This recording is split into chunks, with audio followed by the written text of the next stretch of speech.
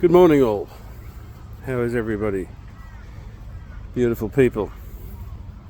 I've got my beanie looking like a little bit of a turban this morning. And feeling a little sad this morning because a little bird I stopped to help yesterday passed away during the night. I was pretty sure she was going to come good. So it's a bit of a dampener, on the day. Anyway, did anybody see The Voice last night? That was a great episode last night. Really good. I'm feeling a bit spaced out and just trying to lead into my video, which is about positive thinking.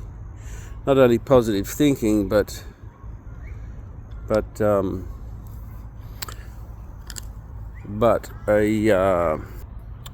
happy life.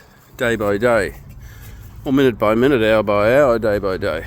So I think the two intertwine. So I don't think there's any point in separating them. They'll both come under the same banner of a happy life, a happy day, positive thinking. It's all the same, isn't it? Yeah, so that's what the video will be about. Just nearly walked into a spider's web. Where to start? Don't really feel like doing the video. For some reason, it might be the little bird. But if I don't do it, I won't do it, will I? So we'll push on. And I've got points written down that I'll put forward. Starting with the most important one first. I think it's the most important one, and then the others after that will, I don't think, be in any particular order. Maybe subconsciously I'll be delivering them in what I think's the important order, but not necessarily. But I think number one is the most important order. And all of these points are generally my thinking, they're my interpretation on, obviously would have been other people's ideas, I would imagine, but they're my conscious ideas or twists on other themes that would be, somewhere. And the first one certainly is, and it's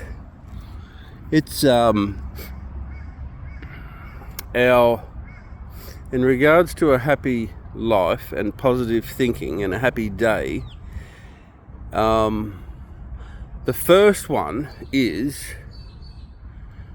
what is it? For God's sake.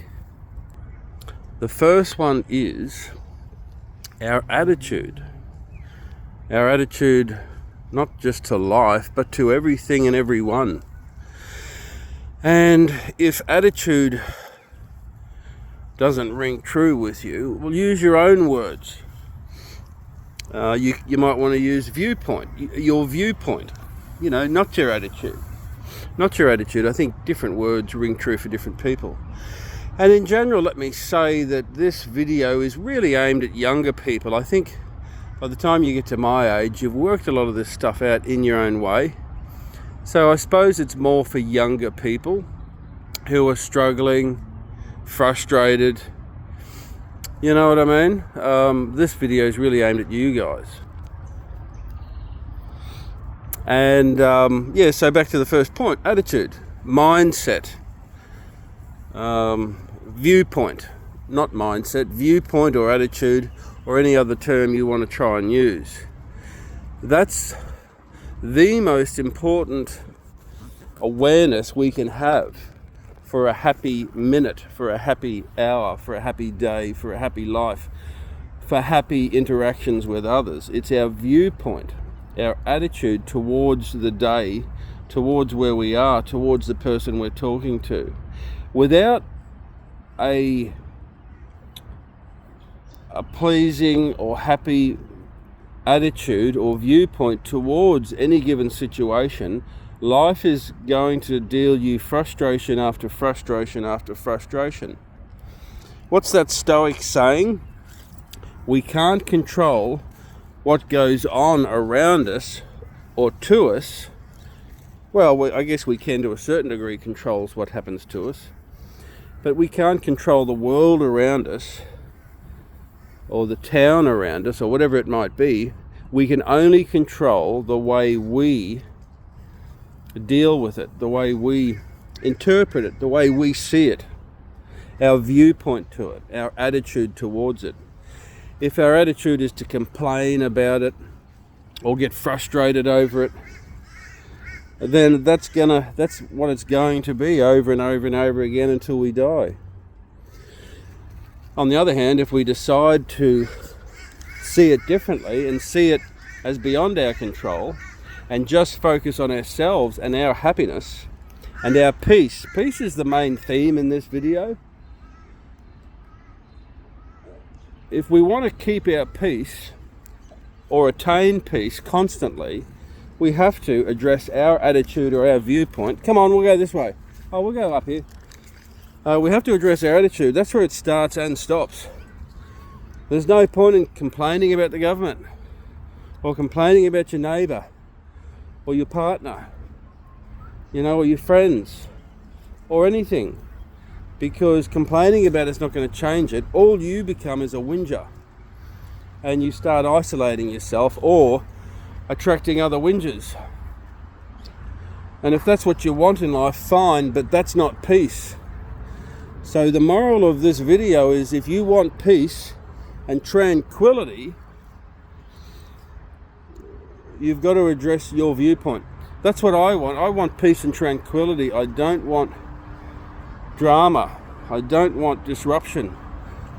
I don't want chaos, turmoil, frustration, encounters. I just don't want that.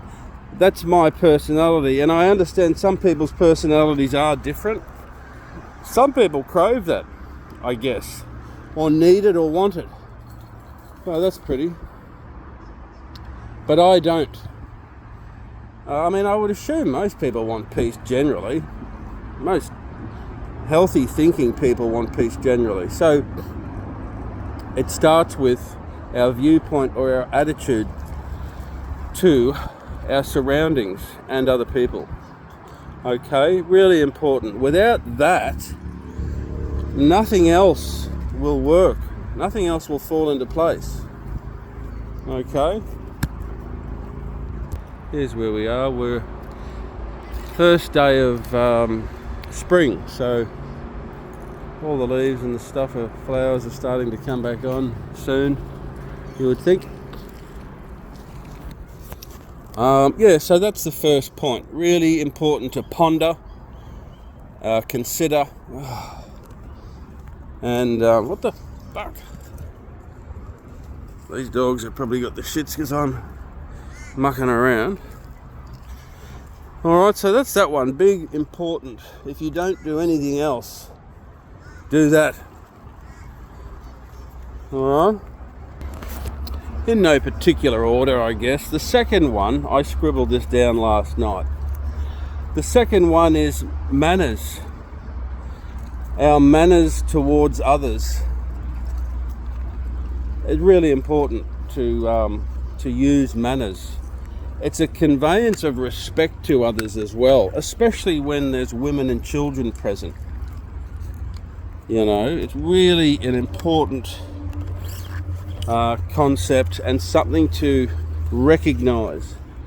And in the culture I live in, the Australian culture,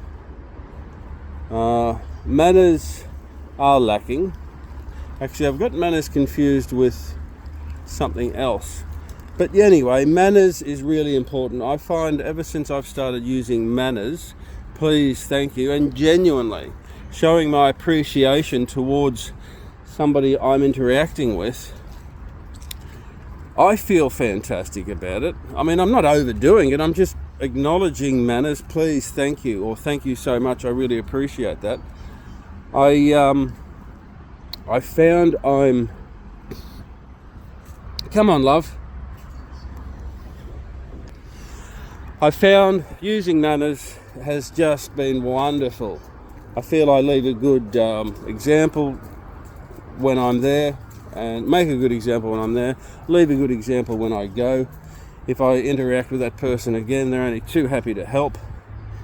It's just a wonderful vibe. It sets a wonderful vibe between any interaction you have with somebody. And I know we're told this as children, but it seems to go out the window in our teenage years, and it's only come back into my thinking in the last couple of years, I suppose. And I just can't tell you how good it makes me feel. Again, my attitude, the way I'm viewing things, it makes me feel good. And I'm sure it makes the other people feel good. I can tell it does.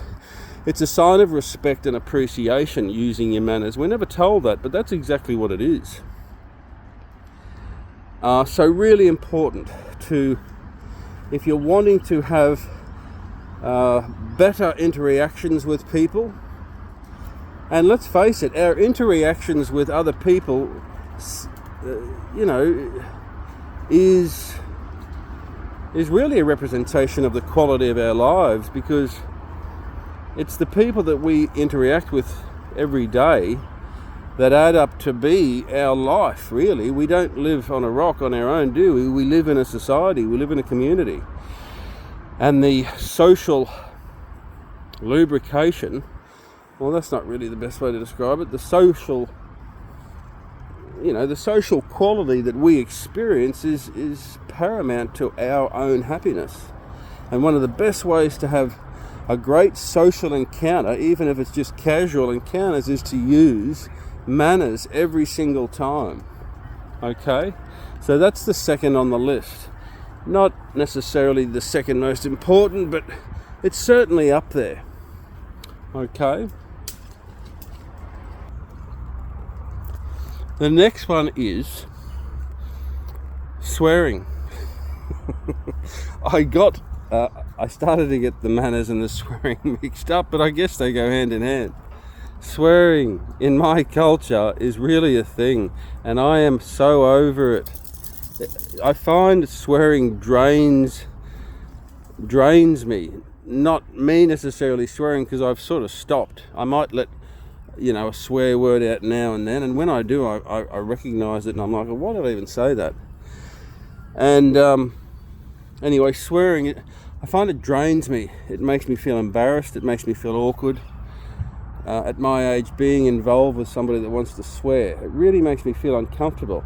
To me, swearing represents, or is a form of violence. And I know we don't put the two together, but when you think about it,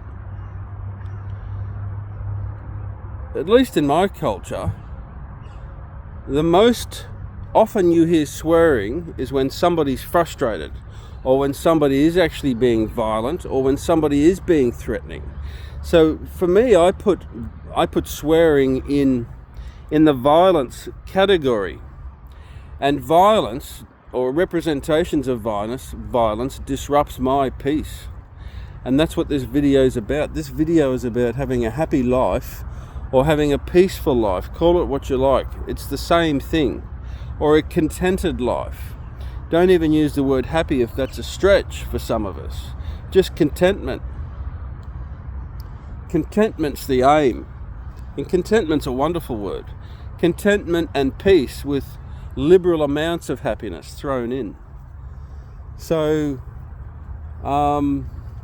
swearing. If you want to attain peace and happiness, ditch the swearing. And you're going to have to ditch people that want to swear when they're in your company or you're in theirs, unfortunately. Because that's going to rock your peace, even if you don't realise it. It would, because it's a representation of violence and antisocial behaviour. Okay, so that's a big one, in my opinion. And again, it's something that we're not taught, it's not made aware, but like I say, these are my interpretations of how to attain peace and tranquility. And that's why I'm throwing it out there. It's my realisation, and I'm putting it on my little list. Okay, so have a good think about it. What's the next one? Yeah, the next one is find the humour in as many things as you can. I mean, let's face it, humour or laughter is a representation of happiness, isn't it? So if we can be constantly trying to find the humour in things, whether they're happening in front of us or whether they happened in the past, and we remind ourselves of them, or maybe it was a funny TV show. Come on. The other day I'm driving along. Come on, love. Go around. Go around. Go around. Go around. Go around. I was driving along and I reminded myself of that Faulty Towers skit where they had to order a duck externally, a roast duck for guests externally from the motel. And he had to go back and get it twice or three times. And when they had no more left, go around, good girl. So when he was down to the last roast duck that he brought back to the restaurant, somebody dropped it on the floor in the kitchen. And all the staff hovered around this duck on the floor, and I think the chef said, it's okay, we can save this duck, it's okay, we can save it. And then I think it was Basil Faulty's come through the kitchen doors and stuck his foot in the duck, in the cavity of the duck, you know. So I reminded myself of that, and it just made me laugh. And it's an example, anyway, it's an example of how we can entertain ourselves and give ourselves that little kick of humour. See, just thinking about that now, I feel good. I feel better than I was when I started the video thinking about the little bird. So we'll go this way. Come on. So that's really important. Try and entertain your mind with funny scenarios. And it's got to be funny. It's got to be either funny or happy or endearing. Don't entertain negative scenarios or negative thoughts or sad things for too long. It's healthy to recognize something for a short period of time, but don't dwell on it.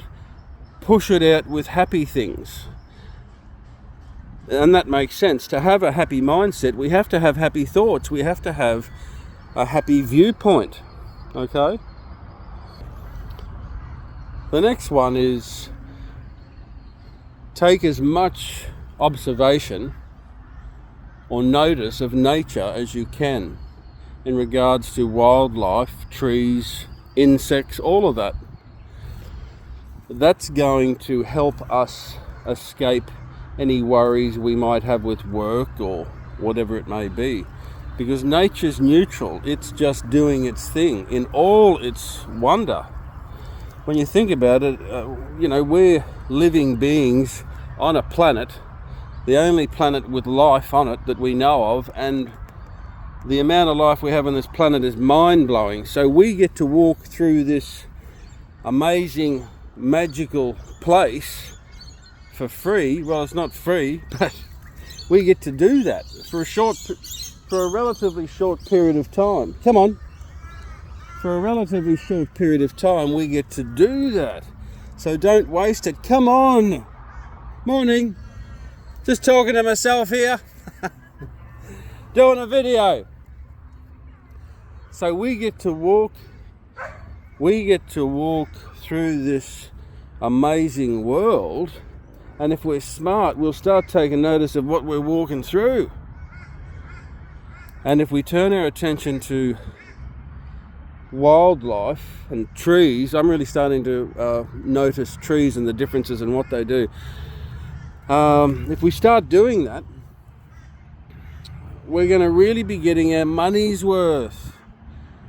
Let's take our attention off other people a bit, and let's start turning it towards neutral things that have no opinions or disruption in our lives. They only deliver awe and wonder. Okay, I think that's one of the keys to a happy life, is to turn our attention to where we are and the magic that we are surrounded by. And that's what I've been doing lately, and I find it's working really well. Because like I said, where we are is totally amazing. I want to go to these other countries and experience their plant life, see it.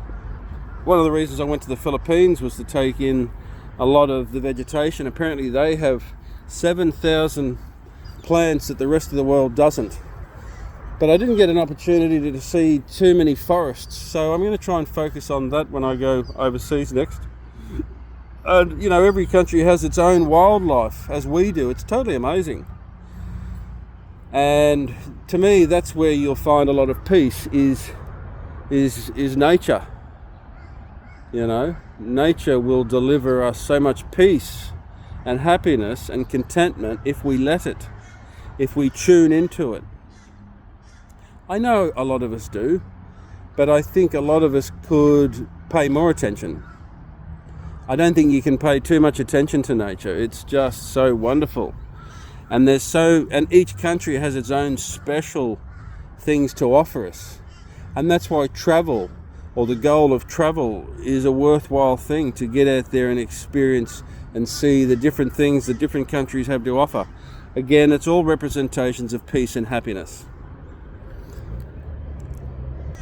And let me say, I know it sounds like a minor detail, but improved head posture is going to help you with that. Because if you're, like I've said before, if we're walking around, and this is our view, with the occasional glance up, we're missing all of this all day, wherever it may be. We've got to improve that posture to help us take in what's around us. Okay? Because if we don't, we're going to literally not see it. And that's just a reminder for my own attention to my posture. I mean, it's difficult to walk with your head up because we instinctively want to drop it down to look at the ground. I'm going down a hill I've never been down before. So I'm instinctually wanting to drop the head to look, but you don't have to. The eyeballs can angle down. I can see that, but I can maintain my head posture. And when I do these videos, it's natural for me to drop my head because the camera's down here. But I don't walk around like this. I am walking around with it. When I don't have the camera, I'm walking around like this, especially lately, and especially since I've done those videos. Okay, look at that head posture. My eyes are naturally falling on everything in front of me. I can see the people over there. I can see what's going on. I'm not down here, missing it all. So that's just a reminder on head posture. It's important for that reason, so we can take in where we are. If our head's up, we're constantly reminded of where we are. Oh, wow, shit, there's a koala bear, you know what I mean? If we're down here, we're not going to see the koala bear or anything else. All right, next point.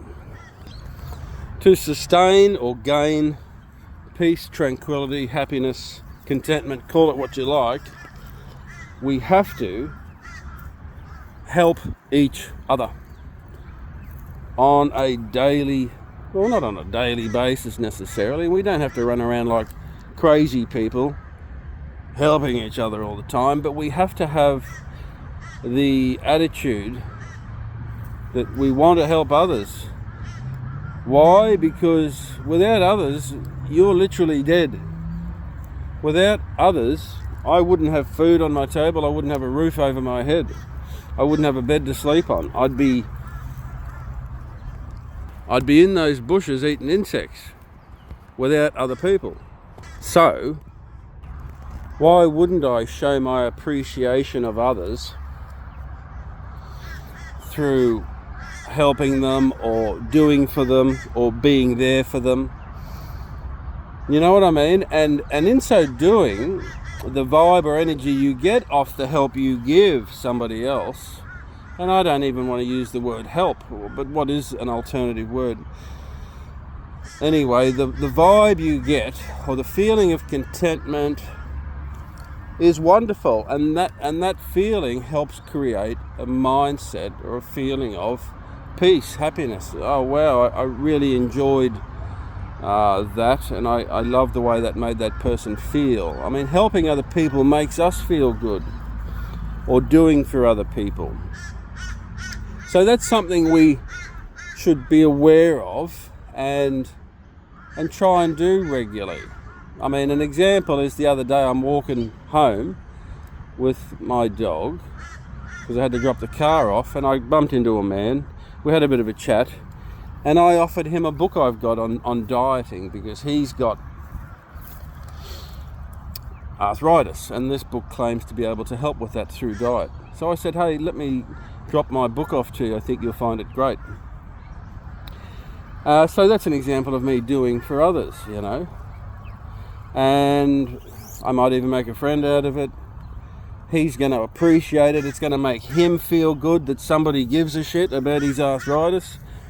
I mean, why wouldn't I give a shit about his arthritis? I don't want to see anybody in pain, and if there's something that can help, maybe this won't, but maybe it will. He said he'd read it. So helping others is the key, one of the main keys, if not the main key, actually. And I don't know if key is the right word, but it's one of the main concepts for finding happiness for ourselves. I mean, we all know the examples of people that get around helping themselves and not others. But I think we realise over time those people come undone. I've seen it throughout my life. And, you know, they're not aware, obviously, that doing for others, you're actually doing for yourself. We're showing our appreciation for others. And there's something about the chemistry, the vibe, the karma of that is really important for inner happiness. It gives us a feeling of contentment that we're doing our bit. And I think it's important to note, you know, we've all heard if you give, you will receive. But let's leave the receive out of it, and let's just focus on the giving, okay? I'm not giving or doing anything for anybody so that I will receive something. I don't want anything. I'm just doing it, or we should just do it, because it makes us feel good, and it makes them feel good. And the people we're helping or doing for are a representation of the people that have built the home, have built our home, have cooked our food. Obviously I can't thank the people that built my house. I don't know where they are. But I can what's the term? I can pass it on.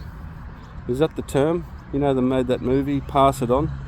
I can pass it, move it forward, whatever it is, to somebody else. My appreciation for my home, or my appreciation for the car I drive, or the park I'm walking through, and the people that tend it.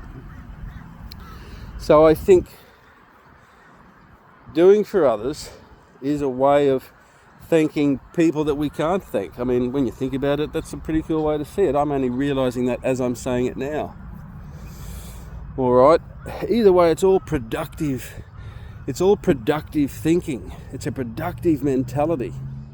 Gee, that's pretty. We'll go over and have a look at these flowers. What's the next one? Oh, hang on. I think a related point to that last point is that we should naturally be happy for others when they're experiencing good times, or, you know, good things, whatever it is. I mean, just be happy for each other all the time. Be there for each other all the time too, through the good and the bad. Again, let's help each other, even if it's just a hug. Come on, love. She keeps getting herself tangled up. Here we are. This is lovely. I'll go over here and take a video. So yeah, what did I just say? Erased. Come on. Yes, Nelly.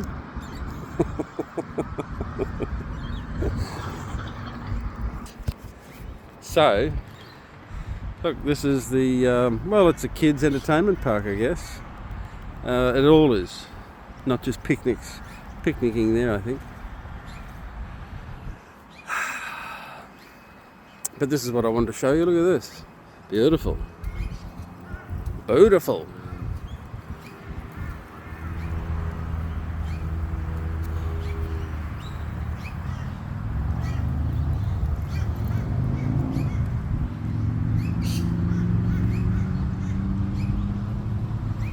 And there's an example of being in awe and wonder of our surroundings. You know? Being in awe and wonder of where we are, and it really helps to lift our little noggins so as we can see where we are and what we're doing, and the best way to do that is good posture. Otherwise you can miss a lot of this stuff that's going on around us. Here's the Atherton raspberries coming on. Come on, here. They're all coming on. Mum will be getting excited. Yeah, so just to reiterate, be happy for others in all their successes. It's a positive vibe you're giving off. It's going to create happiness for you if you're happy for others. It's all about creating honest to goodness happiness and contentment for ourselves. We need each other for that, as I explained in one of the other points. So a way to confirm that we need each other is to be happy with their success and their happiness, or help them attain it, or support them, you know what I mean, whenever we can, if required, or if asked for. Another one, really important I think, is to, and I'm going to have to start doing it because I'm caught up in the news lately and it's really upsetting. So the point is, I think we need to minimise our involvement in world affairs that we can't do anything about. All it does is creates turmoil and disruption in our own lives, in our own peace, in our own happiness. So I think that's an important point. No matter what it is on the news, even if it's local stuff, it's always bad news. It's the same story but a different name and a different face. I mean, I'm not a policeman. Why are you telling me? You know what I mean? Go and tell the policeman or the policewoman. They'll be able to do something about it. I can't do anything about it other than feel sad. And I don't want to feel sad. That's the point of this video. I want to feel happy. I want to be happy. I want to have a happy life. If I wanted to be sad, I would have been a policeman. Well, that's not accurate. You know what I mean, though. How they do what they do is beyond me, and the shit they have to put up with from idiots. You know what I mean? Thank God for our police service and our paramedics. Sorry about that, but I don't like the lead being snatched out of my hand. She likes the sand. Not even supposed to be in there. Come on.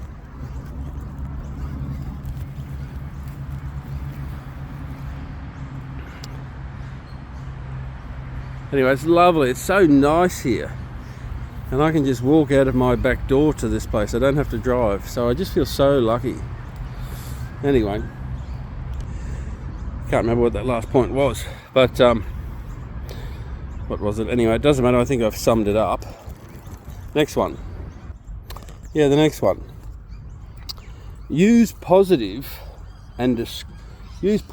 descriptive terms when describing things, or when taking things in, when looking at something. I mean, over-exaggerate it if you have to.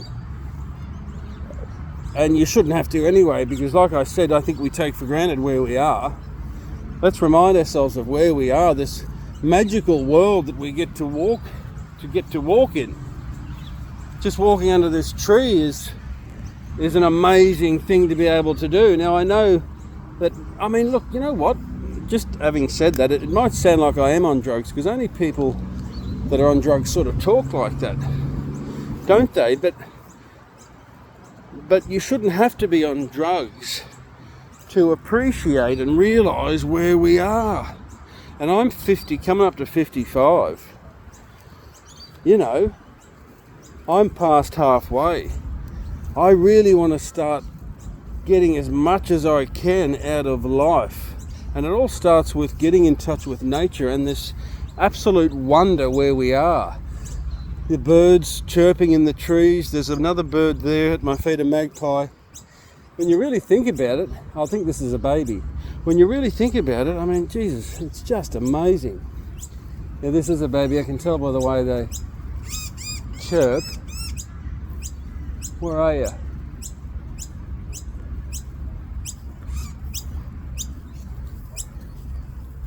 There he is. I'll try and get him. He's got no tail.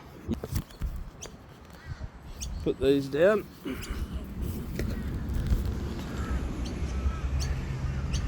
We're on the wrong side of him in regards to the morning sun too, but that's him.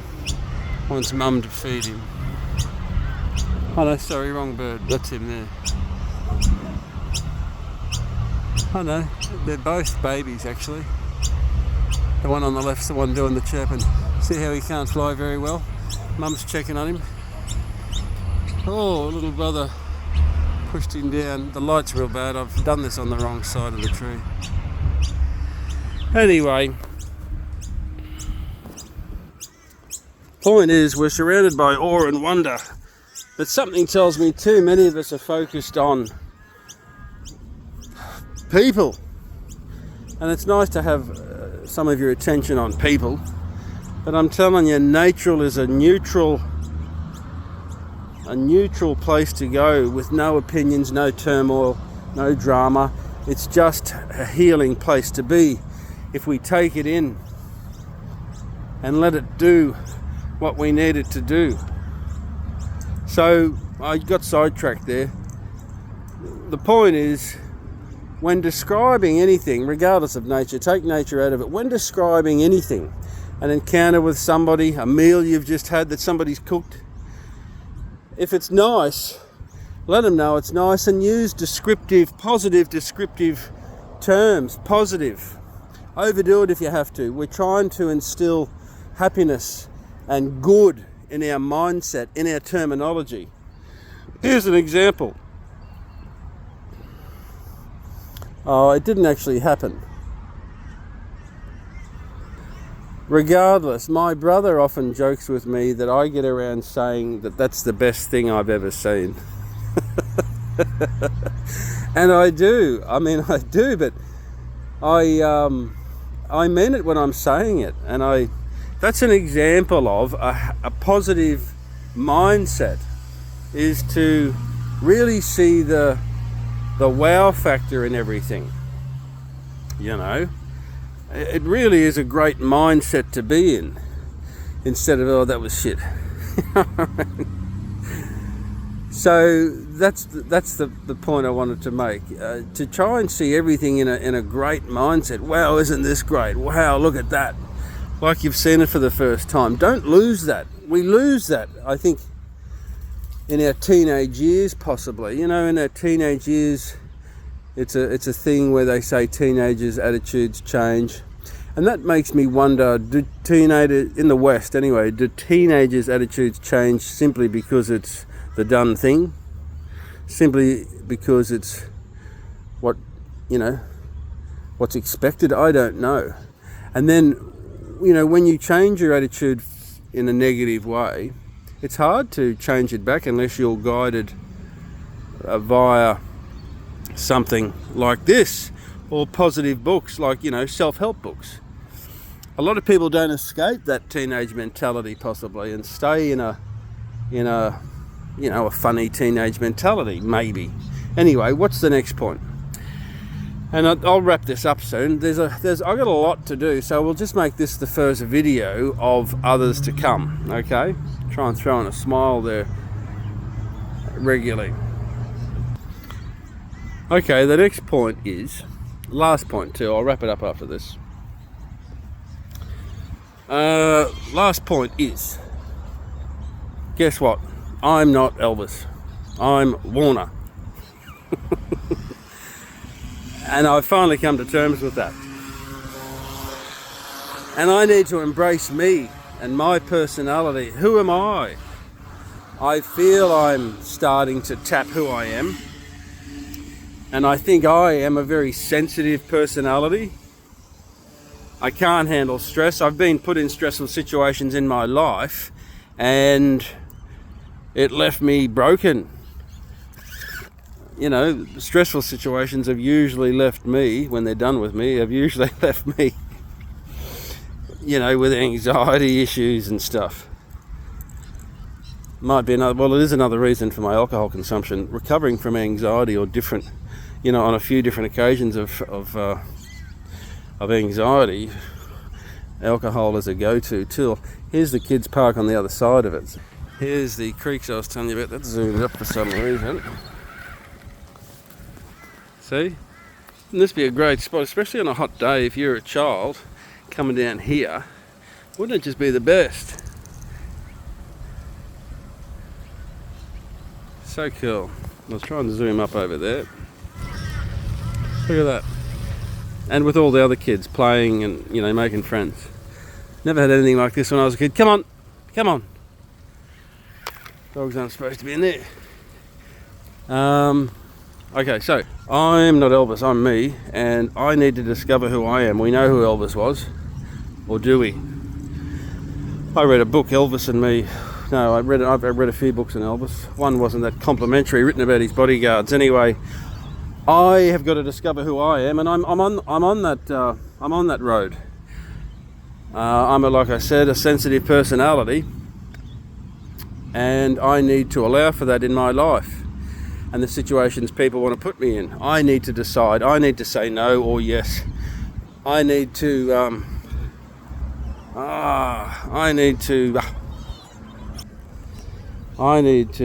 be aware of who I am and what I can do, my capabilities, and they're limited. I need to know what those limits are and what is going to disrupt my happiness or my peace. It's funny walking through this park, people see and they probably think, what's wrong with him? So that's it. I was going to elaborate on that a bit more. I'll just check the point. Okay, so yeah, the second part of that point is that I need to appreciate those people that are in my life. I'm a little bit distracted here. We'll go and sit down. Yeah, I've written the point down as I'm not Elvis, I'm me. Embrace me and those I want in my life. I need to respect and appreciate those in my life and in your life. If you're lucky enough to have people in your life that genuinely want to be there and you genuinely want there, we need to treat them like gold. And we do that by respecting them and showing our appreciation towards them and honouring them.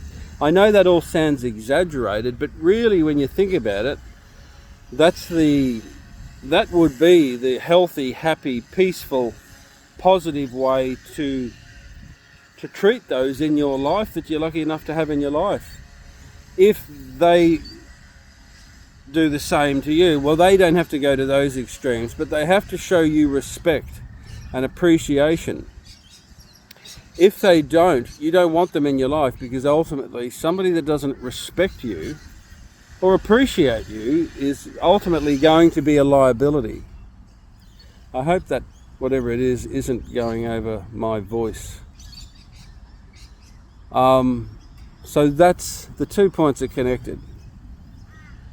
I might go away from this bloke in case it is. He stopped for the minute. Anyway, that's it. He's starting up again. So, yeah, we need to embrace ourselves, honour ourselves, who we are, and do it with pride, so long as you're working on being a good person, being, leading with the points that have preceded this and others.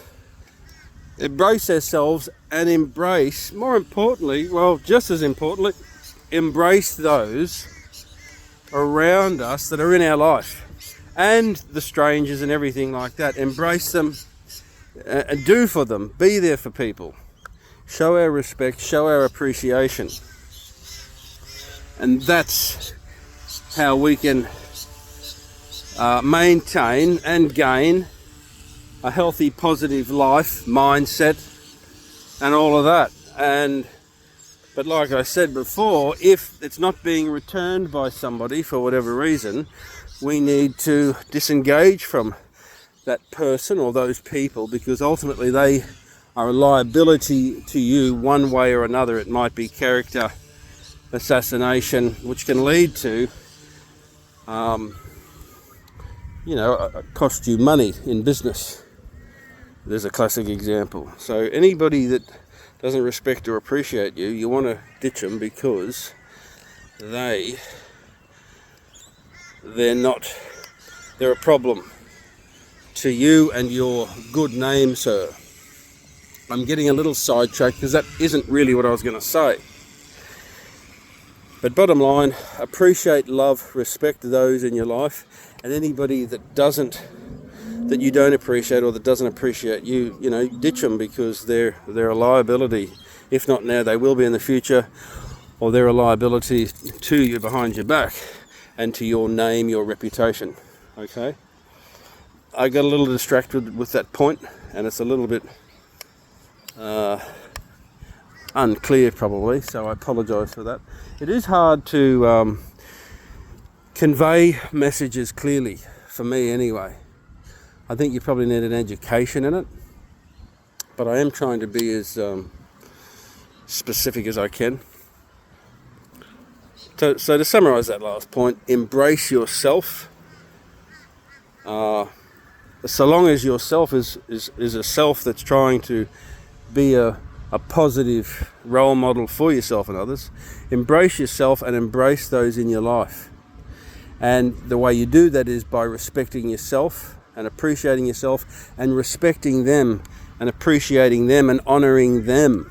That's all productive, positive stuff. Okay? And the side note is, if you suspect anybody isn't doing that toward you, you need to disengage from that person or those people, because they are a liability to you and your happiness and your peace. They will sabotage your peace and your happiness. So if you've got any bad eggs kicking around that don't respect you, you got to let them go. You got to cut them loose, because they will shit on your peace and your happiness. Not even necessarily deliberately, it's just human nature. It's just the way it is. Personalities clash. Some people don't like other people. You can be the sweetest peach on the tree, but not everybody likes peaches. You know what I mean? So just be aware of that. And that is the last point for the video. Off through the forest, leaving the open country and heading into the dark shadows. I'm going to throw my little beanie back on. Alright, that's it, my friends.